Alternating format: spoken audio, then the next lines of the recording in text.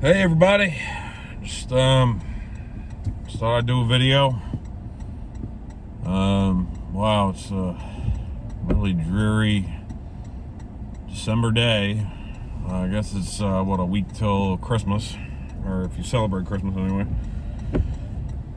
Anyway, I just got done picking up some food for dinner.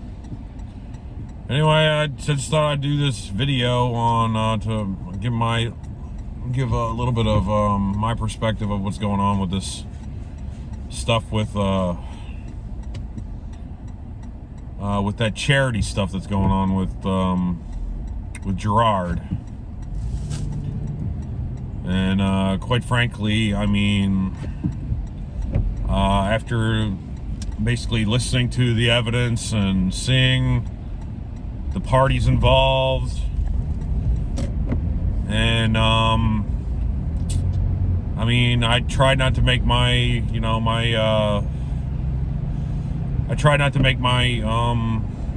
decision until I basically got to hear everybody's story, and quite frankly, it just sounds like to me, I mean, I even heard, new audio tapes today from Gerard and Mudahar and Carl. And quite frankly, what it looks like to me that from my perspective, and I mean, if Gerard wants to try and sue me, go ahead. I have no money to give you. So, I mean, you're not going to really do me any disservice, but I mean, to me, it looks like to me you're guilty of everything that they said you did. I mean, like, it's really, really strange. And I had this conversation with a friend of mine that that you can donate your mother's body to, I think it was, and it was plastered all over the website that basically, like, you donated all this money to University of California, San Francisco. But the reality is that it, like, according to the reports that were on your video, I mean, I guess you donated your mother's, brain and spinal cord to the University of California of San Francisco, but that wasn't for science. But you raised all this money and everything, like $600 thousand, and you weren't able to donate any of that money to the same place that you donated your mother's body for science to. I don't get, like, I just don't understand it. It's weird. Like, I mean, you couldn't find a valuable partner to donate all this money to in, like, 9 years, but it was the same. But I mean, like, you were able to, in good conscience, donate your mother's remains for science to the University of California, San Francisco. I don't get it. And then, all of a sudden, like, everybody wants to, or you want to basically puff out your chest and go after people after you were caught with your hand in the cookie jar. And then you want to basically, like, an attaboy from the community saying that you did all this stuff and blah blah blah because you finally donated the money after your hand was forced. I mean, after you do a video and you're visibly angry about having to donate the money that you had no business, being in possession of. And that's the thing, is that you don't realize that this money was not yours. It was other people's money that went to your foundation that were like basically told to, that it was going to go to a better cause, because I mean, nobody's going to give you that money for your own personal benefit. I mean, it's ridiculous. So, quite frankly, I think you're getting everything you deserve, in my opinion. And then, I mean, like, also, you know, dissecting the audio tapes a little bit further. I mean, it's even more. I mean, he came out in his apology video, or I'm going to say apology video, when it was really just, you know, like it was nothing more than, I'm going to basically do all this kind of deflection, say all this other stuff, and I'm going to hope that you basically look at this hand, while this hand, you know, is left open.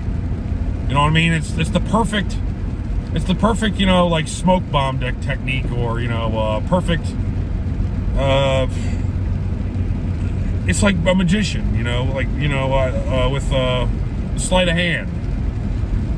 Pay attention over here, but I mean, don't look what's going on over here. And Gerard, I'm seeing what's going on over here. I am. And after you basically came out in your tapes and said that the real reason why you did not donate that money wasn't because of these high administrative costs, like you were saying.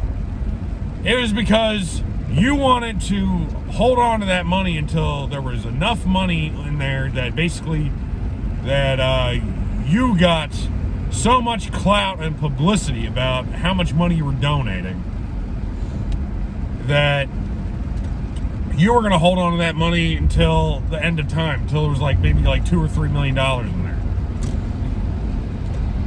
And not only that, but I mean, quite frankly, I'm getting to the point where I'm thinking that you weren't even, that you were basically using it, you were going to use this money as like your 401k. That in your audio tapes that you were saying like you were trying to get away from content creation and move towards something else, and you want to do something else with your life, and that this Indie Land was going to be the last Indie Land that you did, and et cetera, et cetera, et cetera. So it looks like to me that you were basically either you were going to basically hold on to this money until you found the proper person that was going to fan your ego to the best of your ability, or you were just going to basically hold on to this money and then disappear with it, and then you're going to use it at your 401k, and then basically use it as you seen fit. Because I mean, it just sounded like to me that you were just getting ready to, you know, bounce from your audio tapes with, you know, Carl and Muda. That you were like, yeah, this is the last Indie Land we're gonna do. My parents and I are fighting. My dad and I are fighting about the money situation. I mean, what if this was such a charitable thing? Then why are you and your father having arguments about dispersing this money to where it's supposed to go? So stupid. And not only that, but I like how in his, you know, response video he's saying like, my charity, the Open Hand Foundation, my charitable organization. Motherfucker, you can't be a charitable organization without, you know, donating to charity.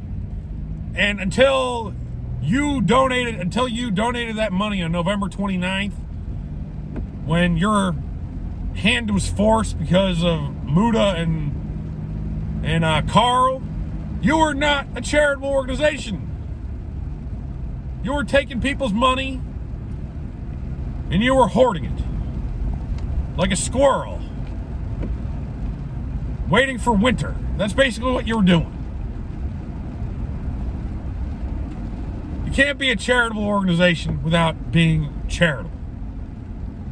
So, I have no sympathy for you.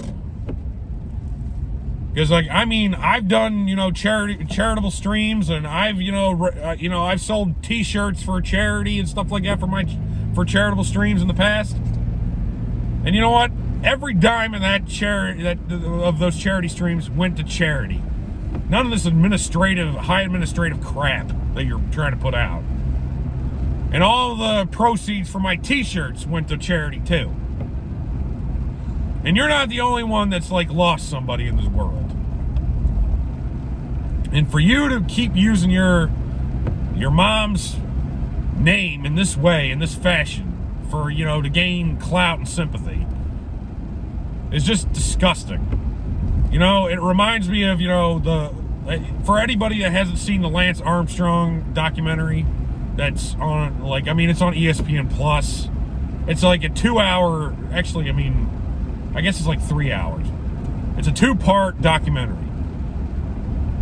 And this whole situation with Gerard reminds me of that, where Lance was basically using his previous cancer diagnosis as a shield for years and years and years, until basically he was found out to be a fraud, and then, you know, he's thrown out from his own foundation, even though like, I mean, through it all, his foundation had, you know, raised a lot of money for research and stuff like that towards cancer. But still, just because you do it right doesn't mean that it outweighs the wrong. And so, I mean, like, so yes, your organization finally donated the money, but it shouldn't have taken like 2 guys to do research into your con to do it. You should have been, like, I mean, it's sort of like, you know, when you're growing up and your parents like expect you to do, you know, like the dishes. I mean, it's something that shouldn't have been told to you. You know what I mean? It's something that should have been a given, that you just do it. You shouldn't have to be strong-armed into donating the money to charity that was formed because you were saying that you were going to donate this money to charity. It's ridiculous. But anyway, that's what I got. And I mean, if anybody thinks different of me for saying that, then whatever. But I'm just saying, you know, like, I mean, my wife, you know, passed away tragically 4 years ago. And I mean, I don't use her shit to basically, you know, try and gain money from anybody. Nobody. Not 1 cent has been given to me in the last 4 years after that situation's happened. And that's the God honest truth. And I'm not trying to, you know, get anybody to give me any money. I haven't, you know, tried to monetize anything, like with my Twitter or anything. So anyway, that's all I got. I hope you all have a great rest of your Sunday. I'm sure I'll talk to you soon. Bye-bye.